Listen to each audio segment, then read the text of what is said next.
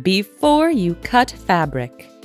You bought beautiful fabric for your project. Now you need to figure out the best pattern layout and cutting method. First, you should find the grain lines, warp and weft. The fraying fabric edge always goes in the weft direction.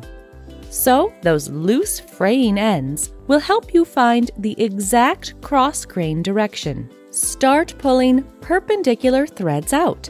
Pull out several threads until you clearly see a straight line.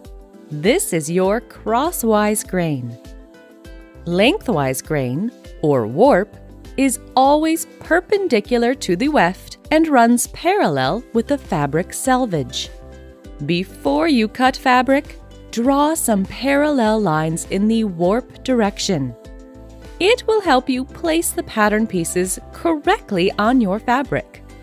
The true bias of fabric is defined by the line that runs at a 45-degree angle to the lengthwise grain or crosswise grain.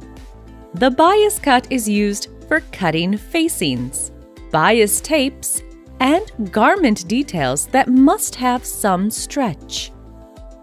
With some fabrics, it is easy to distinguish between the right and wrong side.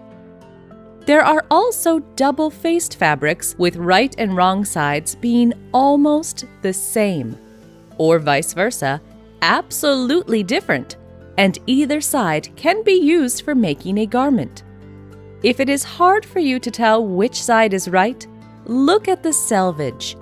There you will notice tiny holes caused by the pins that hold the fabric in place during manufacturing.